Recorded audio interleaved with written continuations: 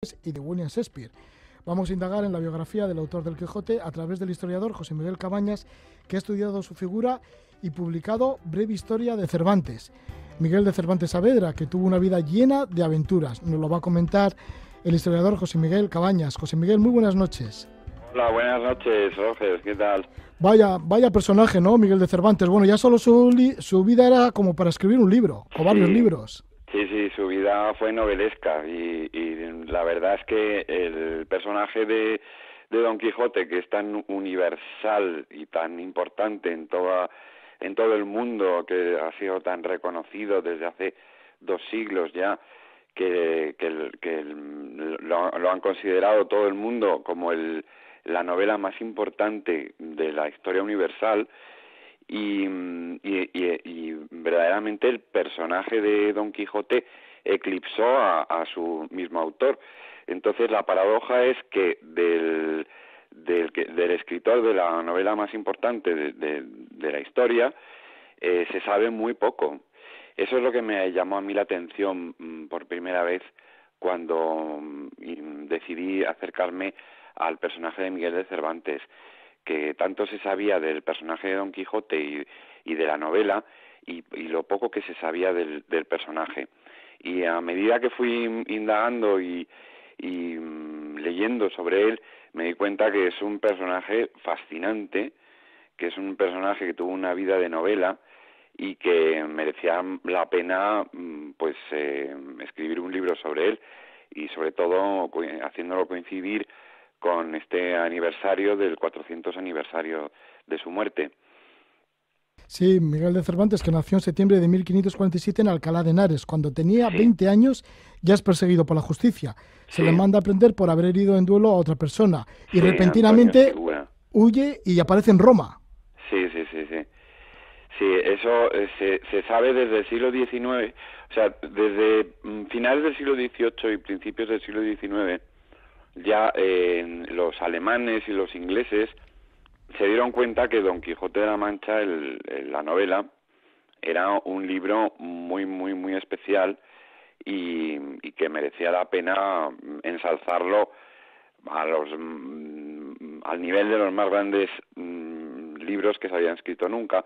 Y entonces ellos mismos nos lo hicieron ver a nosotros, a los españoles, que esa novela era fantástica. Y entonces, a partir de entonces, se empezó a hacer una labor de búsqueda de datos sobre el personaje, porque no se sabía prácticamente nada. Entonces, en el siglo XIX, alguien encontró en el Archivo General de Simancas un documento que decía que se mandaba a prender a un tal Miguel de Cervantes por haber herido en duelo a un paseante en corte que se llamaba en ese momento, que se llamaba Antonio Segura, y se le condenaba a cortarle la mano derecha por haber cometido tal fechoría, ¿no? Entonces, pues se indagó y se buscó a ver si ese Miguel de Cervantes era el mismo que el que escribió el Quijote, y parece ser que sí, porque se sabe que cuando tenía 20 años, que vivía en Madrid con su familia, de repente desaparece de Madrid y aparece, lo siguiente que se sabe de él es que está en Roma. En Roma, en la Roma de los papas del siglo XVI, ahí no alcanzaba la mano de la justicia española, o sea, del rey Felipe II. Entonces es muy probable que efectivamente esa provisión que se encontró en el Archivo General de Simancas aludiera al mismo Miguel de Cervantes que todos conocemos. Fíjate que si le Y cortan la mano derecha igual no habría escrito el Quijote. Pero no, bueno, es igual que no, es que no lo hubiera escrito, sí, porque sí. Miguel de Cervantes no era zurdo, era diestro, y en ese momento todavía no había escrito nada, no era escritor ni nada, y de Roma pasó a ser soldado, se alistó luego en los tercios españoles que combatían en las galeras del Mediterráneo contra el turco, y protagonizó la gran batalla de Lepanto, que se celebra a orillas de las costas griegas en el 7 de octubre de 1571, y tuvo la suerte de participar en esa gran gesta que él estuvo tan orgulloso toda la vida o más que de haber escrito el Quijote. Sí, por ahí se quedó manco, menos mal que de La la mano paradoja izquierda. es que la provisión esta de la Municipalidad de Madrid, que le puso en busca y captura, le condenaba a cortarle la mano derecha en pública ejecución y a 10 años de destierro. Y la paradoja es que él, por los avatares de la vida, está 10 años fuera de España y vuelve al cabo de 10 años, después de haber pasado los 5 años de cautiverio en Argel, y vuelve manco, pero de la mano izquierda.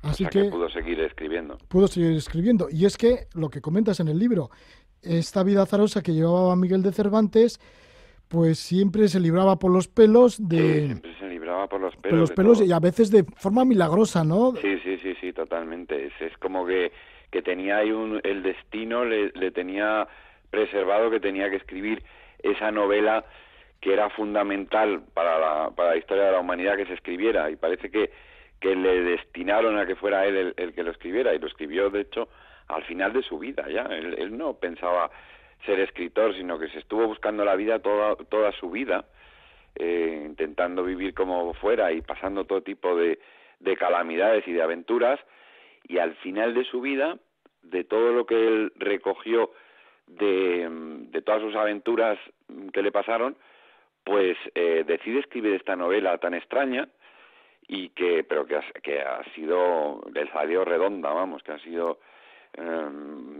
valorada por toda la humanidad siempre como la mejor novela que se ha escrito nunca.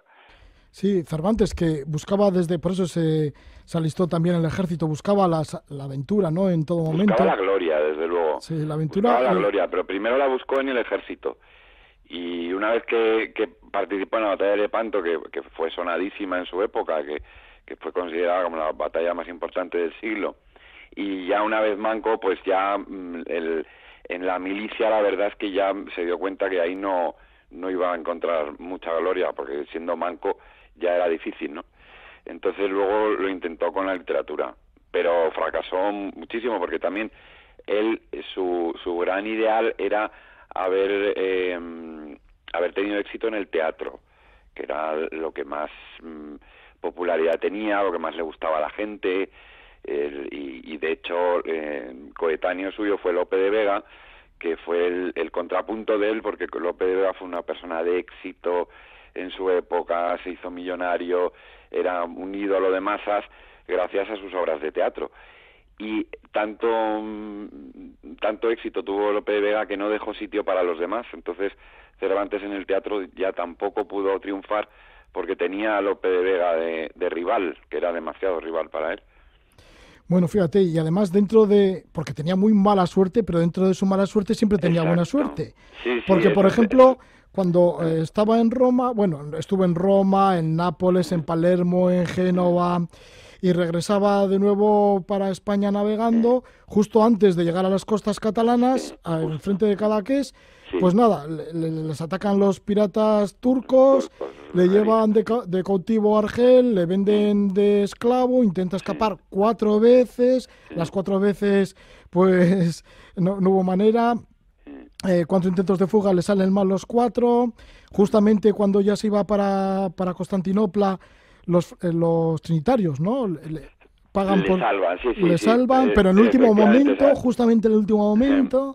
Vamos, es increíble lo que le sucede a Cervantes. Sí, es increíble las aventuras que tuvo, porque efectivamente siempre se ha dicho que Cervantes tuvo muy mala suerte, pero hay que darse cuenta también que dentro de esa mala suerte tuvo muy buena suerte, porque efectivamente es una mala suerte que ya después de pasar 5 años en la milicia, dando vueltas por todo el Mediterráneo, ya se cansa de la milicia y decide volver a España con su hermano Rodrigo, su hermano pequeño, que también estaba en el ejército, y se embarcan en Nápoles rumbo a Barcelona. Y cuando están llegando, ya avistando las costas catalanas, de repente de una bahía salen 3 galeras turcas y les apresan. Y les llevan encadenados a Argel, que era la ciudad corsaria por antonomasia en ese momento, donde se vivía del tráfico humano, o sea, de raptar a gente por el Mediterráneo y ponerle precio a su cabeza hasta que no pagaban el precio que ellos pedían, pues no los liberaban. Y fíjate que Cervantes llevaba consigo unas cartas de recomendación de don Juan de Austria y del virrey de Sicilia, que era el duque de Sesa. Y entonces pensaron que era un pez gordo, pensaron que era un personaje importante de la corte o algo así, y pidieron un rescate altísimo de 500 ducados por él. Y su familia era pobre de solemnidad. Entonces, cuando su familia se enteró, pues intentaron recabar dinero como pudieron por amigos o familiares, lo que sea, pero no llegaron nunca a esos 500 ducados. Entonces Cervantes, que sabía que nunca su familia iba a poder pagar ese dinero y que quería salir de ese trance a toda costa, pues intentó la fuga hasta en 4 ocasiones, sabiendo que si le pillaban, lo más probable es que le mataran, porque en Argel eran superbestias en esa época, y por cualquier nimiedad lo menos que te hacían era empalarte. Y sin embargo, no se sabe por qué, las 4 intentos de fuga salió ileso. Y eso que Cervantes, que era una persona extraordinaria, estos intentos de fuga que siempre los preparaba él con un grupo de otros cautivos, cuando les pillaban, él se arrogaba ante su captor, se arrogaba siempre en la responsabilidad de todo, para que sus compañeros quedaran eximidos de cualquier castigo.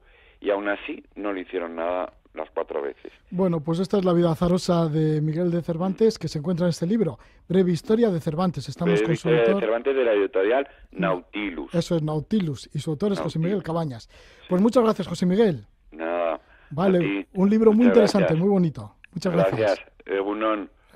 Vale, muy bien. Bueno, estamos... Gabón sería, porque es buenas noches. Gabón, perdón. Gabón, pero muy bien, muy bien. Muchas gracias por todo, José Miguel. Un abrazo. Gracias. Vale, Adiós. que vaya bien, adiós. Adiós.